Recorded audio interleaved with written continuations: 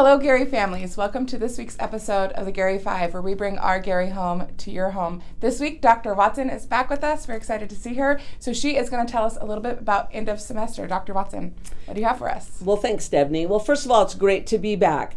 I think most of you probably know that I was gone since mid-November and through December dealing with a personal family issue, and it feels so good to be back in the saddle here and seeing the kids here at school and getting focused on learning and having this be the wonderful place that it is. So the end of semester is coming up. So what does that mean? It means in 2 weeks left that we have for kids to catch up on work. Now the semester ends on the 30th of January, which is a Thursday. And then Friday is the 31st, which is semester break day, and kids don't come to school. But we still, Devony, have 2 weeks for kids to get caught up. But families, we need your help. We need you to talk with your child about what are their grades right now, what work is missing. Teachers are collecting a lot of work right now to improve those grades, which helps their learning. So please be sure to connect with your child and get on PowerSchool together. Check out work that's missing. Obviously, feel free to connect with your child's teacher and see if they can't get some of that work done. The way it works around here, families, is that when it's the end of the semester, sometimes the kids just they feel like they're tired and pooped out, even though they've just had a break for the holiday, and they feel like they just can't do anymore. Yeah, they can. There's a lot more that they can do. And so mentally, it's hard to maintain that momentum to the end of the year. And that's what we can do as adults, is be the cheerleaders, the coaches, the cops, get that work done. And we'd love for you to serve in that role with us. So I also want to say a little bit about MAP testing. So mid-year MAP testing, which is the measures of academic progress.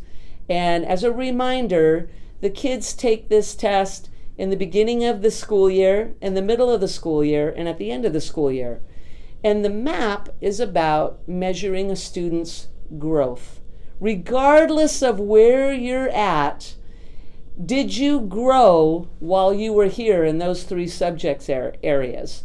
Growing, getting smarter, and we're testing that.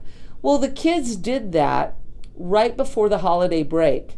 Then when they came back from break in January, they had the opportunity to map their results to show growth. Well, I'm not quite ready to share those results with you yet, as I'm just getting back and getting in the swing of things here. But I want you to know we continue to work with kids about being growth-minded. That is our goal, is kids being growth-minded, own their learning, and let them map their progress, or maybe they didn't have progress. And that's what we're having our kids do right now. I hope your kids have shared some information about that, and we're going to have more information for you coming. But I have a question to Devony here. Devony, how does that look with your two kids that are here in Garry, and how did that work with them and you as a parent about looking at their MAP progress, their growth, conversations you've had with your families? So tell us about that experience. Yeah, so the first thing I would encourage you to do is, if you haven't seen that, you can reach out to our librarian, Jason Newberry, or the counselor for your student. You can ask for the parent report. So I always do that as soon as I know MAP scores are in, which they are, and then I get that and I can see my students' growth.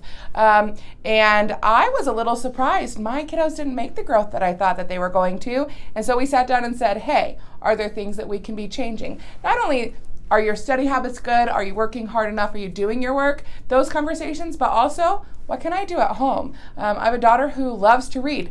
Should I be giving her a harder book? Should she be exposed to some harder text now that she's growing, so that she can continue that growth? So all of those conversations at home, getting the information, having those conversations. And I want to encourage you, if your student doesn't grow or declines, that's okay. That's all part of the learning process.